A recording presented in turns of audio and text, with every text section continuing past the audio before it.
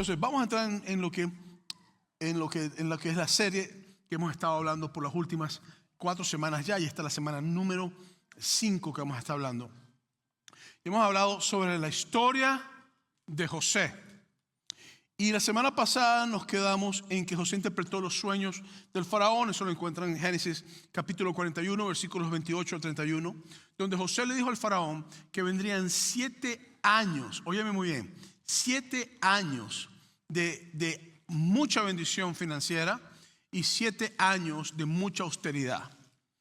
Los sueños que el faraón tuvo no los pudo interpretar ningún brujo, ningún adivino, ningún sabio que no fuera de Dios, porque los sueños eran directos de parte de Dios. Y pues lo que sí sabemos es que a raíz de la interpretación de José y la sabiduría y el Espíritu de Dios en la vida de José, el faraón nombró a José segundo después de él en todo el reino de Egipto, que en la época de José era la superpotencia de la época. Y José pasó de ser un esclavo olvidado por todos a convertirse en un oficial del rey, pero no cualquier oficial, en el oficial del rey más poderoso de toda la época. Cuando tú vas a Génesis capítulo 41, versículos 39 y 42, esto es lo que dice. Y dijo Faraón a José: pues, ¿qué Dios te ha hecho saber todo esto? Que no hay entendido ni sabio como tú. Tú estarás sobre mi casa, y por tu palabra se gobernará todo mi pueblo. Solamente en el trono seré yo mayor que tú. Dijo además Faraón a José: he aquí yo he puesto sobre toda la tierra de Egipto. Entonces Faraón quitó su anillo de su mano y lo puso en la mano de José, y lo hizo vestir de ropas de lino finísimo, y puso un collar de oro en su cuello. Entonces José pasó de ropas de esclavo y de ropas de prisionero a ropas reales. De prisionero a ser oficial del rey. Y de acusado por violación a ser jefe de toda una nación. De ser odiado por sus hermanos a ser altamente respetado por todo un país y por todos los líderes de ese país. ¿Por qué? Porque Dios tenía un plan en su vida. Y llegaron los años de prosperidad y José hizo lo que tenía que hacer. Él almacenó todo lo que tenía que hacer. Y quiero dar una advertencia, que esta advertencia no es solamente para ti, es para mí, para mi familia. José tuvo un sueño donde había 7 años de gran abundancia. Y su consejo cuando él José interpretó un sueño donde había que había 7 años de gran abundancia. Y su consejo cuando él vio que la otra parte del sueño es que iba a haber 7 años de gran austeridad fue: almacena. Óyeme muy bien lo que te voy a decir ahorita. Ahorita hay mucha bendición abundante en tu vida a lo mejor, o por lo menos en la nación. Aquí en los Estados Unidos, gracias a Dios, hay todavía abundancia. En otros países donde no es así. Esto es una historia que nosotros tenemos que poner en mente para nosotros, para ti y para mí. Y es la importancia de almacenar, de ahorrar cuando las cosas están bien. Porque cuando las cosas están mal, nadie puede ahorrar. Entonces, ahora que estás en una etapa de bendición, lo que yo te puedo decir a ti es que es importantísimo que en esta etapa de bendición tú puedas guardar lo que Dios te está dando, porque no sea que vengan 7 años de gran austeridad. O que venga un tiempo de austeridad. Entonces, si ahorita estás en un momento de bendición, o si estás en un momento donde puedes tener, pídele a Dios que te ayude a ahorrar. Hay que pedirle, nosotros tenemos que pedirle a Dios que nos ayude a ahorrar, porque es muy importante que no nos acostumbremos a la prosperidad constante, porque eso nunca ocurre. Entonces, si estás en una etapa de mucha bendición, seamos sabios, ahorremos en esta etapa para los años malos que puedan venir más adelante. Génesis 41, 53 y 55. Así se cumplieron los 7 años de abundancia que hubo en la tierra de Egipto, y comenzaron a venir los 7 años de hambre, como José lo había dicho. Y hubo hambre en todos los países, mas en toda la tierra de Egipto había pan. ¿Por qué? Porque José había ahorrado, había guardado. Cuando se sintió el hambre en toda la tierra de Egipto, el pueblo clamó a Faraón por pan. Y dijo Faraón a todos los egipcios: id a José y haced lo que él os dijere. Entonces, a respuesta de la buena administración de José, porque José era un tremendo administrador, el pueblo logró tener todo lo que necesitaba económicamente, la comida, y el pueblo de Egipto no pasó hambre, porque José supo guardar cuando tenía que guardar. Esto es una enseñanza para todos nosotros. Génesis 41, 56 al 57. y el hambre estaba por toda la extensión del país. Entonces abrió José todo granero donde había y vendía a los egipcios, porque había crecido el hambre en la tierra de Egipto, y de toda la tierra venían a Egipto para comprar de José, porque por toda la tierra había crecido el hambre. Entonces, el hambre llegó a un nivel mundial. En toda parte, en la época de José, había hambre en la tierra conocida de su época. Y José había hecho un plan estratégico para guardar, para tener lo suficiente para alimentar a todo el mundo que pasara por esta circunstancia. Llegamos entonces a Génesis capítulo 42 y el versículo 1 y 2 dice así: viendo Jacob que en Egipto había alimentos. Y ahora hay que hacer una pausa, porque la última vez que nosotros leímos que José tuvo contacto con sus hermanos, José tenía 17 años. Y 17 años tenía José cuando él tuvo contacto con sus hermanos. Pero después de esos 17 años, 13 años más tarde, después de haber sido esclavo, después de haber sido acusado falsamente y después de haber quedado como prisionero, a los 30 años José es traído ante la presencia del faraón. Entonces sabemos que habían pasado 13 años. Ahora la Biblia me dice a mí que habían pasado 7 años de abundancia. Entonces 13 más 7 son 20. Y me dice que estaban comenzando los años de hambre. Entonces vamos a decir que entre el capítulo 37 al capítulo 22 habían pasado aproximadamente un total de más de 20 años. Vamos a decir 21 o 22 años. Lo que sí sabemos es que era más de 20 años. ¿Me estoy explicando bien? Entonces aquí hay que poner atención a esto. ¿Por qué hay que poner atención a esto? Porque Jacob ahora está dándose cuenta que hay comida en el lugar donde José estaba. Yo les dije a usted la semana pasada que Dios no le reveló a Jacob que José estaba en Egipto, porque si él hubiera sabido que José está en Egipto, Jacob agarra todo el dinero que tiene, vende todo lo que tenga, se va para Egipto y va y busca a José. Y cuando vendrían los 7 años de gran austeridad y que la gente le haría falta para poder vivir y no lograrían tenerlo, no iba a haber provisión para Jacob y su familia, y la familia hubiera muerto. ¿Usted está viendo cómo Dios funciona en los planes? ¿Sí o no? Entonces, Dios tiene una forma interesante de hacer las cosas. Entonces, volvemos otra vez al 42, 1 al 2. Viendo Jacob en Egipto había alimentos, dijo a sus hijos: ¿por qué os estáis mirando? Y dijo: he aquí, yo he venido, yo he oído que hay víveres en Egipto. Descender allá y comprar de allí para vosotros, para que podamos vivir y no muramos. Entonces, nuevamente la historia se forma, toma un vuelco. Ya no me está hablando más de José solamente. Ahora me retoma otra vez la vida de Jacob y de los mismos 10 hermanos que lo habían vendido.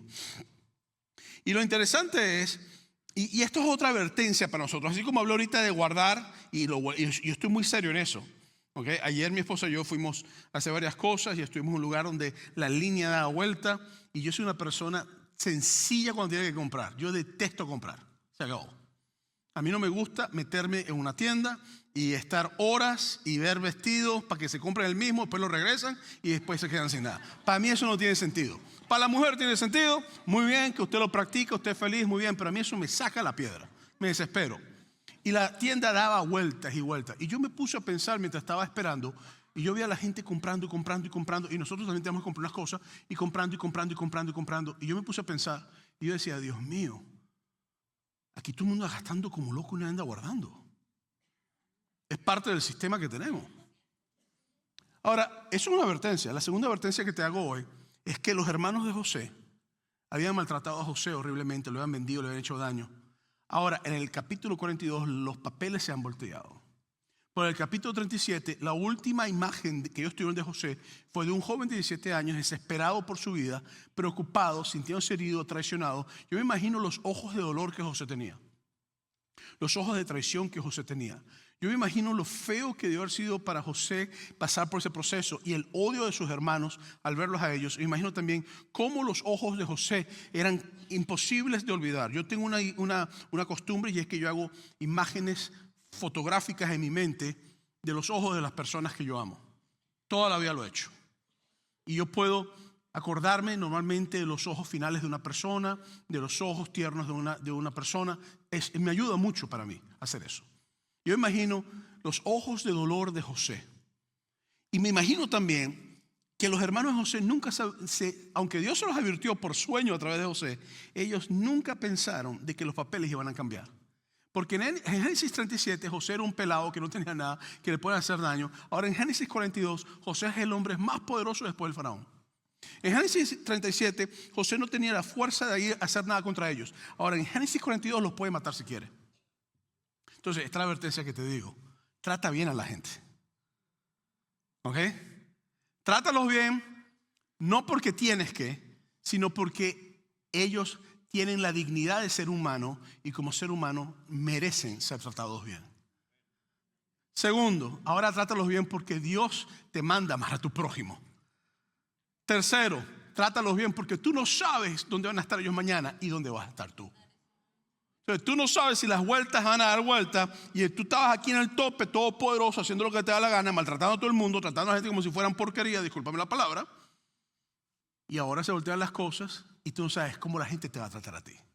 Entonces es interesante cómo Dios tiene un sentido del humor donde voltea los papeles y trata con nosotros, ¿verdad? De esta manera. Entonces 20 y pico de años sin verlos a ellos, 20 y pico de años sin conocerlos. Génesis 42 versículos 3 al 4.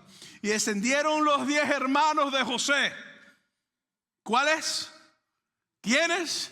Los mismos que lo habían vendido. Ellos sabían que José estaba por un lugar en Egipto, o que podía haber estado en Egipto, porque los ismaelitas que lo compraron iban en dirección a Egipto. Entonces quizás, me imagino que empezaban a pensar ellos, a comprar trigo en Egipto, mas Jacob no envió a Benjamín, hermano de José, con sus hermanos, porque dijo, no sea que le acontezca algún desastre. Aquí hay una ventana muy importante en la vida de Jacob. Porque usted ve a Jacob y todo el mundo, el gran patriarca que caminó, que gran hombre de Dios, que no sé qué broma, que todo lo demás. Jacob era un tipo muy sufrido. Jacob tuvo que salir temprano de su casa, huir, se trató con un suegro que le hizo la vida imposible, lo engañó no sé cuántas veces, terminó casado con 2 mujeres y tuvo 4 concubinas, 2 concubinas extras. Aparte, él lo que quería era una sola mujer y terminó casado obligado con 2 mujeres porque su suegro hizo una jugada sucia con él. Y ahora Jacob se le muere esa esposa que él amaba, que era Raquel. Raquel es la mamá de José y Raquel es la mamá de Benjamín. Y Jacob pierde a Raquel dando a luz a Benjamín. Y ahora José desaparece porque sus hermanos lo venden. Jacob no sabe nada de su hermano. Entonces, inmigración, dolor, sufrimiento, tratar con suegros tóxicos, tratar con tantos problemas, pasar por tantos conflictos. Se le muere la mujer que él amaba. Su hijo, que es el hijo mayor de la mujer que él amaba, ahora desaparece. ¿No sabe dónde está? El tipo dijo, yo no tengo que dejar que es el último que me queda de la mujer que amaba, desaparezca. Entonces, aquí te deja saber que hay una situación bastante difícil en la vida de Jacob. Y que esa situación de Jacob le causa dolor. ¿Por qué? Porque en Génesis 37, versículos 12 al 36, Jacob manda a José a buscar a sus hermanos y José no regresa. Entonces ahora Jacob lo que hace literalmente es que no manda a Benjamín y les dice, no sea que no regrese. No puedo aguantar ese tipo de dolor. Hay veces que nosotros hemos pasado por tanto dolor. Y estoy hablando de dolor no de un momento, estoy hablando de dolor acumulativo. Porque hay dolor que es de un momento. Pero hay dolor acumulativo que empieza con el papá, empieza con la mamá, empieza con el hermano, empieza con los hijos, con una enfermedad, con una emigración, después con una relación, después con una enfermedad más, después con la muerte de alguien. Ese es el tipo de dolor que Jacob estaba experimentando. Nosotros decimos, no puedo más con esto. Es mucho este nivel de dolor. Y Jacob dijo, yo no puedo perder a este muchachito ya. No puedo perder al último recuerdo que tengo de la mujer que amaba. Génesis 42, 6 al 8. Y José era el Señor de la tierra, quien le vendía a todo el pueblo de la tierra. Y llegaron los hermanos de José. Lea esta parte conmigo en voz alta, por favor. Y se inclinaron a él, rostro a tierra. Recuerda que en Génesis 37, versículos 5 al 7, Jacob tiene sueños. Y los sueños es que sus hermanos postraban los manojos de trigo que ellos tenían ante la presencia del manojo del trigo que José tenía. José tuvo sueños. Y 20 y pico de años más tarde, estos sueños proféticos se cumplen. 20 y pico de años más tarde, Los sueños que venían de parte de Dios se cumplen. Cuando ellos se burlaron, le agarraron idea, lo llamaron el soñador, ahora 20 y pico de años más tarde, ellos están en Egipto frente a búsqueda de trigo, postrándose a tierra, tal como Dios se lo había revelado a José en sueños y José se lo había dicho a ellos. Entonces, quiero decirte otra cosa más que creo que es importante. El hecho de que la palabra de Dios sobre tu vida no se esté cumpliendo ahorita no quiere decir que no se va a cumplir después. Quiero que tengas eso en mente. Versículos 7 y 8 de Génesis 42. Y José, cuando vio a sus hermanos, los conoció, mas hizo como que él no los conocía. Y les habló ásperamente y les dijo: ¿de dónde habéis venido? Ellos respondieron: de la tierra de Canaán, para comprar alimentos. Y José, pues, conoció a sus hermanos, pero ellos no le conocieron. Claro, porque José tenía que parecer un egipcio vulgar y corriente. Él tenía que tener el maquillaje que usaban los egipcios, la ropa que usaban los egipcios, el anillo de oro que le dio el rey, el collar de oro que le dio el rey. El José que ellos dejaron un pelado que no tenía nada. Un pelado que los ojos tenía el miedo montado en los ojos. Ahora no, ahora se encuentran un tipo con una mirada segura. Donde 13 años de cárcel y de esclavitud formaron un carácter que nunca lo hubiera formado si viviera con ellos. ¿Tú estás viendo lo que estoy diciéndote? ¿Viste que la cárcel no fue tan mala para José? ¿Viste que la esclavitud no fue tan mala para José? ¿Te das cuenta que lo que era malo, Dios lo tornó para bien en la vida de José? Yo tengo una pregunta aquí. ¿Tú crees que todo lo malo que tú estás haciendo Dios no está viendo? Todo lo malo que tú estás viviendo, ¿tú crees que Dios no está viendo? ¿Tú crees que Dios no tiene poder de tornar las cosas que te duelen hoy en día en la gran bendición sobre tu vida más adelante? ¿Tú crees que las cosas que tú estás pasando ahora no van a crear una seguridad en Cristo, un fundamento en el Señor superior a cualquier fundamento que tú puedas tener con cualquier conocimiento o experiencia que tú hayas tenido? Escúchame, tu Dios está en control de tu vida. Y el dolor que tú puedas tener, las circunstancias que tú puedes pasar, no determinan el plan y el propósito de Dios sobre ti. Aquí es donde nosotros siempre pasamos por circunstancias y luchas. 20 y pico años más tarde, José es un hombre distinto, maduro, con liderato, con capacidad, con unción, con respeto. Y los tipos no lo reconocieron. No se dieron cuenta de quién era José, porque los ojos de dolor que vieron última vez no eran los mismos ojos de este hombre. Era distinto el mirar. En Génesis 42, versículos 9 al 12 dice: entonces se acordó José de los sueños que había tenido acerca de ellos. Yo creo que en ese momento yo me he puesto a llorar. Y le he dicho a Dios: Dios mío, tú eres increíble.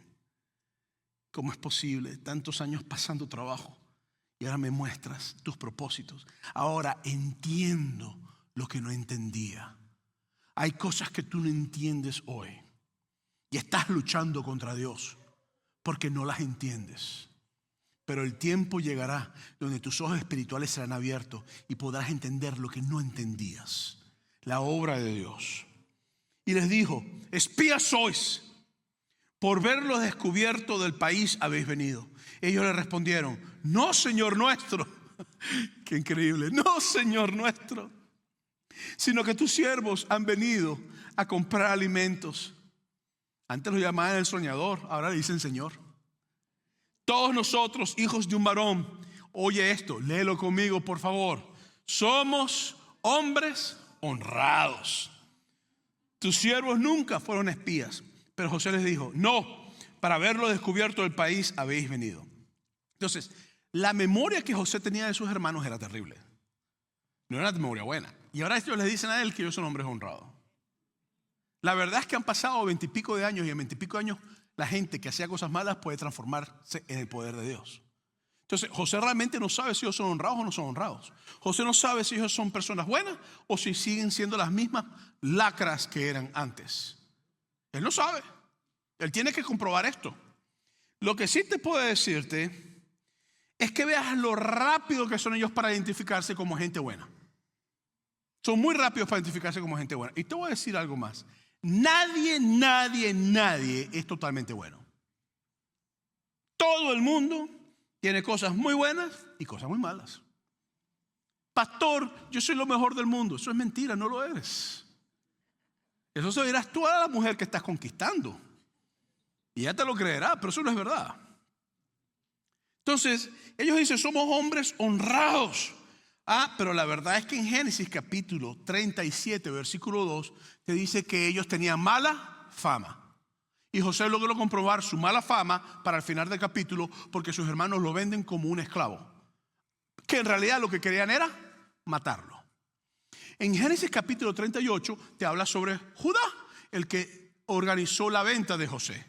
Y Judá, que era hermano de José, que de paso Cristo viene de la línea de Judá, él tuvo 2 hijos, los hijos fueron malos, Dios los mató, uno se casó con una muchacha. Hay una ley que decía que si tu esposo moría tenías que casarte con un familiar cercano y que el hijo que naciera iba a ser el hijo del hombre muerto. Ella se casó con los 2 hermanos, los 2 hermanos murieron, él tiene un tercer hijo, él no quiso darle el hijo a la muchacha sabía bajo un mundo de hombres que estaba embromada, se vistió de prostituta, se tapó toda la cara, el hombre no sabía que era ella no tuvo que hablar con él, cuando la vio se acostó con ella y quedó embarazada. Y cuando él se entera en el capítulo 38 de Génesis que su nuera está embarazada, él no tuvo ningún problema al decir simplemente es una ramera prostituta que se acostó con un hombre y deshonró la memoria de mis hijos. Saquen y quémenla viva. Bastante honrado y bastante bueno que era el hombre. Y cuando la muchacha estaba disfrazada de prostituta, él no tuvo ningún problema en decir prostituta, cochina, me quiero acostar contigo. Él no hizo eso. Y se acostó con ella sin ningún problema. Entonces, tan honrados así realmente no creo que eran.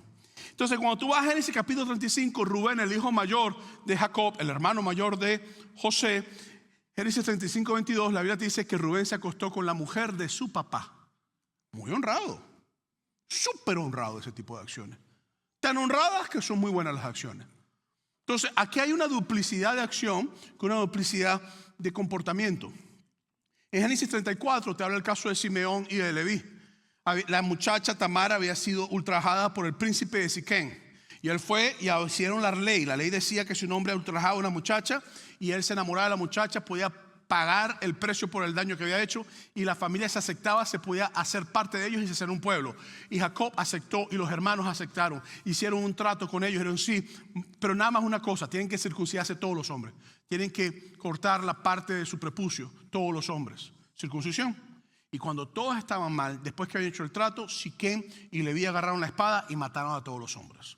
Y rompieron el trato que habían hecho y deshonraron a su papá y hicieron grandes cosas. Entonces, tan honrados así, no habían actuado. Ahora, cuando pasan 22 años, una persona puede cambiar. Pero José no sabía eso. Génesis 42:13. Y ellos respondieron: tus siervos somos 2 hermanos, hijos de un varón en la tierra de Canaán. Y aquí el menor está hoy con nosotros y el otro no parece por ningún lado. Y José está escuchando ahora que están contando no, el otro se perdió, chico. Ese hombre no sé qué pasó con él. Estaba en el camino y un tigre se lo llevó. Y José sentado y quizás o parado escuchando y diciendo: Dios mío, esto es increíble. Yo no me imagino el desorden emocional que eso tuvo que haber causado en José. Si yo hubiera sido José, yo me vuelvo nada. O quizás me pongo muy iracundo también. Uno no sabe cómo reacciona a ese tipo de cosas. Porque o te vuelves nada emocionalmente o la ira te agarra y se apodera de ti y haces cosas que no tienes que hacer. Porque José tenía el poder de matarlos a ellos si quería. Y de hecho, lo más probable en esa época es que alguien lo hubiera hecho. Y empieza a hablarles cosas, ¿verdad? Y le dice que desapareció. Y José escuchando eso, Génesis 42, 14, 17. Y José les dijo: eso es lo que os he dicho, afirmando que sois espías. En esto seréis probados. Vive Faraón, que no saldréis de aquí, sino cuando vuestro hermano menor viniere aquí. Enviad a uno de vosotros y traiga a vuestro hermano, y vosotros quedad presos, y vuestras palabras serán probadas si hay verdad en vosotros. Y si no, vive Faraón, que sois espías. Entonces los puso juntos en la cárcel por 3 días. Él estuvo preso por muchos años. Ellos nada más estuvieron presos por 3 días. Él estuvo preso por lo que no había hecho. Ellos estuvieron presos por lo que habían hecho. Versículos 18 y 20 de Génesis 42. Y al tercer día le dijo José: hacer esto y vivir. Yo temo a Dios. Y esto es muy importante. Esta declaración que José hace es sumamente importante. ¿Por qué José no se acostó con la esposa de su amo Potifar? Porque temía a Dios. ¿Por qué José se mantuvo firme durante la cárcel y la esclavitud? Porque temía a Dios. ¿Por qué José no explota de ira y le hace daño a sus hermanos? Que de paso es más fácil hacerle daño a la gente que te ha hecho daño que hacerles bien. ¿Por qué no lo hace? Por el temor de Dios. Esto es muy importante. Esta palabra es clave en el texto. Yo temo a Dios. Otras palabras, yo no puedo actuar de la manera que mi corazón me dicta actuar porque a Dios no le agrada. Entonces, esto es muy importante. Versículo 19. Si sois hombres honrados, quede preso en la casa de vuestra cárcel uno de vuestros hermanos, y llenad el alimento para el hombre de vuestra casa, pero traeréis a vuestro hermano menor y serán verificadas vuestras palabras y no moriréis. Y ellos lo hicieron así. Ahora, si José se llena de ira y mata a sus hermanos, él no sabe dónde estaba su papá. Él no sabe dónde está Benjamín. Él no sabe dónde están las mujeres de la casa. Si él se llena de ira y él no piensa en las consecuencias de su ira y él mata a sus hermanos o los mete presos por un tiempo, ¿qué pasa con Jacob? Se muere de hambre. ¿Qué pasa con Benjamín? Se muere de hambre. ¿Qué pasa con las mujeres en la casa, con sus tías, con sus hermanas, con que sea, con sus sobrinas, sus sobrinos, que no son culpables de las acciones de 2 días? ¿Qué pasa? Se muere de hambre. Entonces, a veces la ira de nosotros nos puede hacer ir y buscar justicia con alguien y no nos damos cuenta que mientras hacemos justicia con alguien estamos haciéndole daño a otras personas. Esto es muy importante. Entonces, José no permite en esta situación que lo que él sentía muy merecido, esta gente se merecían, actuara, sino que él piensa en su papá, él piensa en su hermano, él piensa en el propósito, él piensa en la necesidad, él piensa en la situación. Señores, esto es más difícil de hacerlo que decirlo. Porque cuando tú estás en el momento de la rabia, a ti nada te para. Pero aquí José tuvo que decir: yo soy un hombre temeroso de Dios. Y entonces eso me lleva a mí a comprender que hay una gran diferencia en lo que es perdonar y restaurar. Y que Jesús abordó el caso de lo que es perdonar y restaurar de una forma muy amplia. Y hay un pasaje muy famoso que muchos de ustedes utilizan todo el tiempo. En Mateo capítulo 18, versículos 21 a 22 te dice: entonces se acercó Pedro y le dijo: Señor, ¿cuántas veces perdonaré a mi hermano que peque contra mí? ¿Hasta 7 veces? ¿Hasta 7? Jesús le dijo: no te digo hasta 7, sino hasta 70 veces 7. Eso son 490 veces. Algunos de nosotros andamos con un marcador: 389. Me haces una más y te desapareces, desgraciado. Y eso no es lo que Dios está diciendo. Esto es un hebraísmo lo que Cristo está diciendo. Lo que Cristo está diciendo es: no hay límite en la forma que tú tienes que perdonar. Y eso es pesado porque, Dios mío, todo el mundo sabe que es sabroso no perdonar a alguien que no merece ser perdonado. Pero todo el mundo sabe que hay grandes consecuencias cuando tú no perdonas a alguien que no merece ser perdonado. Te enfermas, te enfermas emocionalmente, te enfermas espiritualmente, te enfermas físicamente. Tu mundo se amarga, el mundo de la otra persona cae en crisis. Entonces, cuando Dios nos manda a nosotros a perdonar, no solamente tiene que ver con el beneficio para el que ha ofendido, sino que también beneficio para mí que he sido ofendido. Entonces, la realidad es que cuando nosotros perdonamos se cubre la falta, pero a veces la confianza sufre. Imagínate que tú estés casado con tu esposo o con tu esposa y tu esposo o tu pareja te es infiel. Tú me vas a decir a mí que tú vas a volver a confiar en la infidelidad que él estuvo con otra mujer y tú decidiste perdonarlo. Y a veces la gente dice: sí, yo me voy a reunir con la persona porque yo puedo hacerlo. Pero realmente la confianza no logra establecerse. Y no porque la persona está haciendo algo malo, sino que en ti o en la persona hay algo aquí que no está cuadrando contigo. Entonces ese matrimonio sufre. ¿Por qué? Porque la confianza nunca se estableció. Y eso no quiere decir que no hayas perdonado. Entonces, lo que Dios hace no es que solamente me da la capacidad a mí de perdonar, me da la capacidad a mí de volver a confiar y dar gracia. Y esto es muy importante, porque perdonar sana nuestro dolor, perdonar sana nuestras heridas.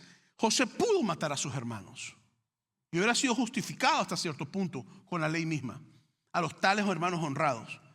Pero José comenzó un proceso en su corazón, y es el proceso de confrontar a un gran monstruo. ¿Sabes cuál es ese monstruo? El monstruo del dolor. Mire, señores, yo no estoy hablando de ti, estoy hablando de mí. No hay nada más difícil que doblegar al monstruo del dolor que nosotros tenemos en nuestros corazones. Cuando el dolor se ha apoderado de ti y tú ves a esa persona que te hizo daño, no hay forma de perdonarlo. No es que tú no quieras, es que el dolor se ha convertido en todo lo que tú ves. Y cuando tú entras en esa circunstancia, lo que ocurre es que el temor de Dios en ti no es que no está ahí. Pero así como está el temor, está el monstruo del dolor. Y el monstruo del dolor empieza a comerte partes de la pierna, del pie, porque el monstruo del dolor te quiere comer vivo, hasta que llega a tu mente. Y el monstruo del dolor empieza a comer la mente, el corazón, los pensamientos. Entonces las intenciones, las acciones, todo eso se hace parte del monstruo del dolor. Y José tuvo que pasar por el proceso del monstruo de su dolor. Recuérdate que en Génesis 41 José puso a su primer hijo Manasés porque dijo: he olvidado el dolor de la casa de mi padre.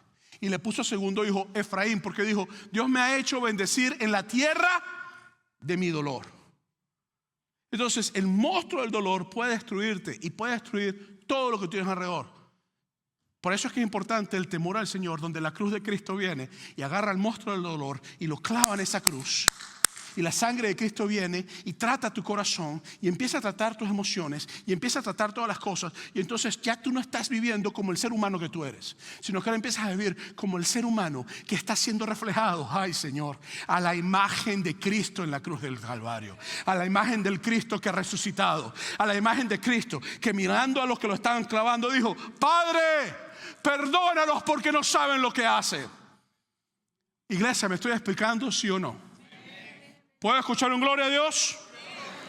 Entonces, cuando yo entiendo esto, no es que es fácil perdonar, porque si yo me pongo a decir es fácil perdonar, dale, ¿por qué actúas así? Dios mío, tú sabes que perdonar es muy difícil. Tú lo sabes, yo lo sé. Pero cuando yo entiendo esto, el proceso de perdón empieza a confrontar a ese monstruo. Por eso es que Jesucristo dijo en Mateo capítulo 6, versículos 15 al 14: porque si perdonáis a los hombres sus ofensas, os perdonará también vuestro Padre Celestial. Mas si no perdonáis a los hombres sus ofensas, tampoco vuestro Padre Celestial o vuestro Padre os perdonará vuestras ofensas. Porque el perdón no comienza conmigo. Si tú piensas que tú tienes la capacidad de perdonar a alguien, ¿cómo vas a sufrir para perdonar a una persona? Óyeme, el perdón no comienza contigo. ¿Tú sabes dónde comienza el perdón? El perdón comienza en la cruz de Cristo y se extiende a tu vida. Comienza con Dios perdonándote a ti. Jesús nos perdona en el momento que nosotros recibimos su amor y su palabra. Y entonces nos restaura. Jesucristo no anda luchando con confiar en nosotros. Jesucristo nos restaura. Nos pasa por un proceso de tiempo donde su presencia nos lleva al lugar donde tenemos que estar y nos restaura para caminar con Él. Entonces eso me lleva a mí a la primera parte, porque no es solamente que yo perdono. Pues yo puedo perdonar, pero el proceso de restauración tiene que ser otra cosa. Entonces, ¿cómo hacemos esto? Es lo que yo hemos titulado el camino hacia la restauración.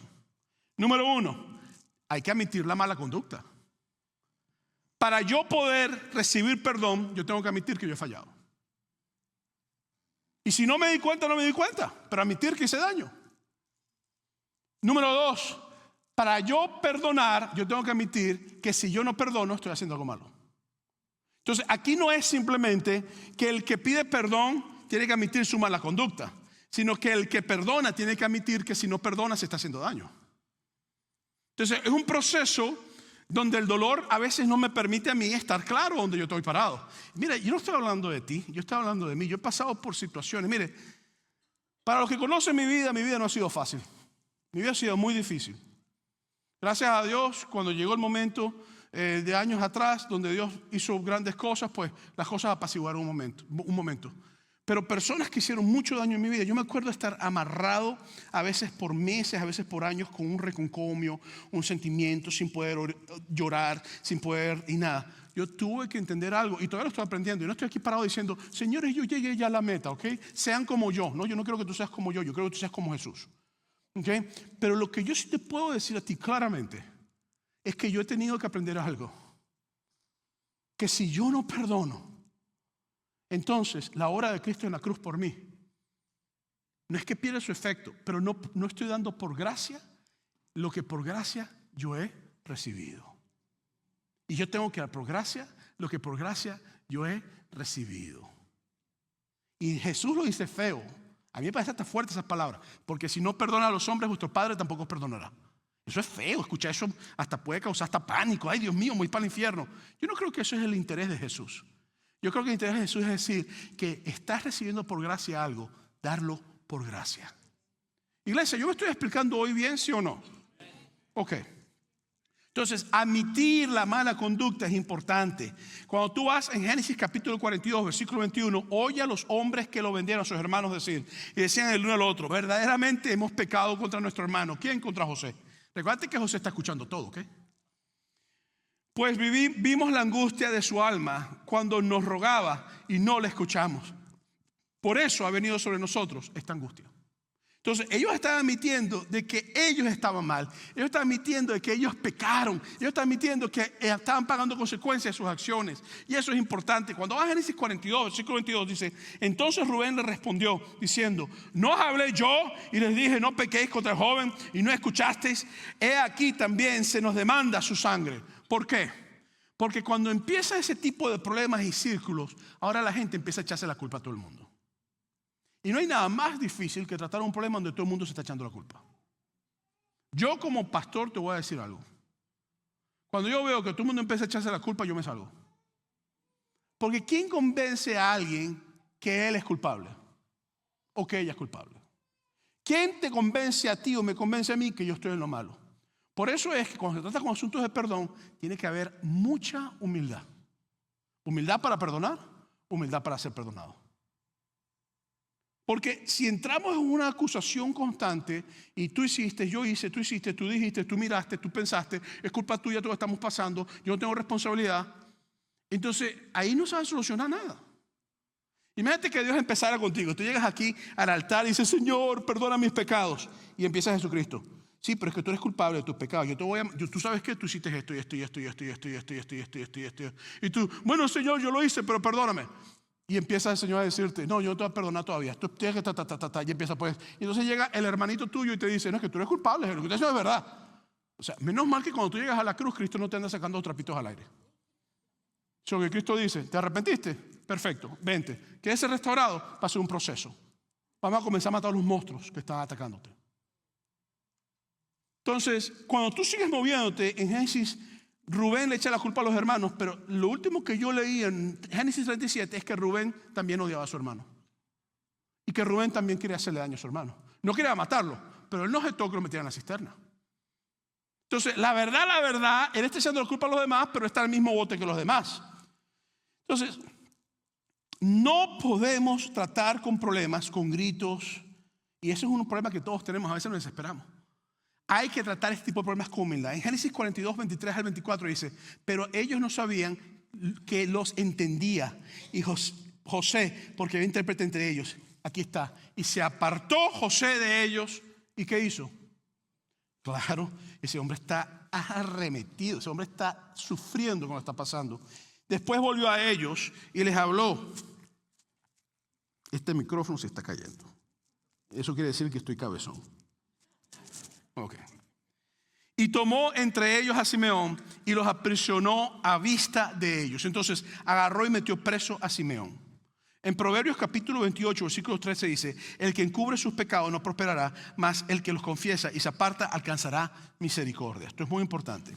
Y en Génesis 42, 29, ellos terminan yéndose.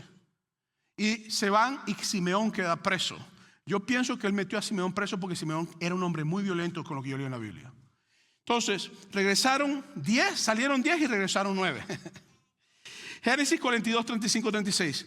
Y aconteció que vaciando ellos sus sacos, he aquí que en el saco de cada uno estaba el atado de su dinero, y venían ellos y su padre y los atados de su dinero tuvieron temor, y viendo ellos, no venían viendo.